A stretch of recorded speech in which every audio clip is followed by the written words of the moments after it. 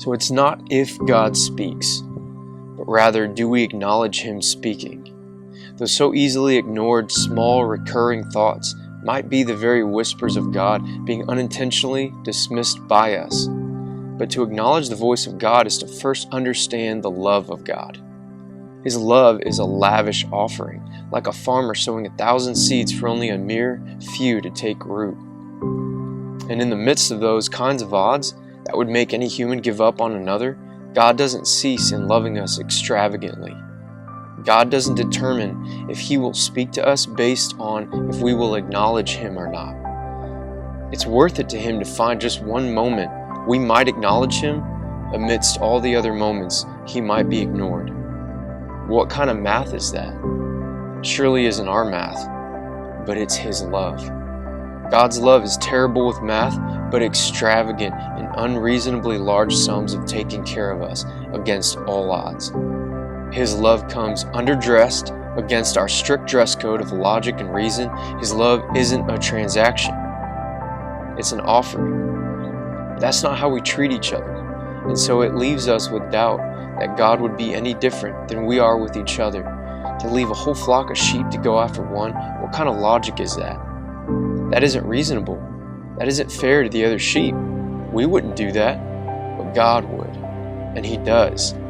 So let us tread carefully as we so often question God and whether He is speaking to us or not. For what kind of father wouldn't speak to his children? And what kind of father are we accusing God of being when we question whether or not He's speaking to us? If we are to question anything, we ought to be questioning our own pride and arrogance, and how it has convinced us to point blame everywhere else but ourselves for our lack of closeness with God.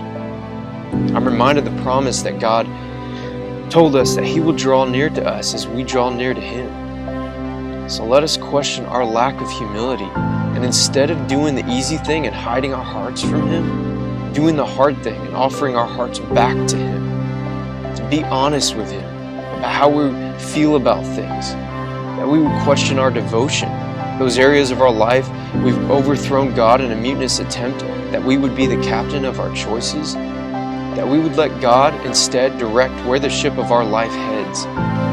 So as our shepherd undoubtedly makes His voice known to us, if we are indeed His sheep, it is our privilege to know His voice. So guys, I hope that challenged you. It sure challenged me. To just be careful as we question God.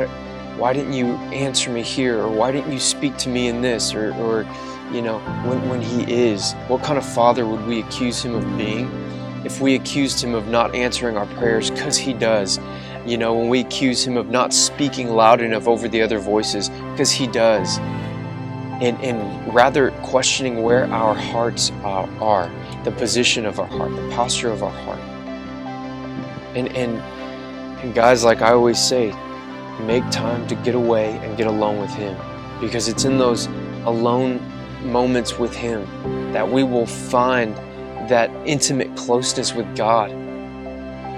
Think about, if you didn't know someone well, it would be really hard to recognize their voice in the midst of other voices around you, versus if you're in close proximity with somebody and you know them well, they could simply whisper something and you would recognize it being their voice, and you would hear them clearly in what they're communicating, what they're saying to you. And guys, God wants that kind of relationship with us. So let's be challenged by this. And guys, let's make time to get away and get alone with God. All right, till next time, see ya.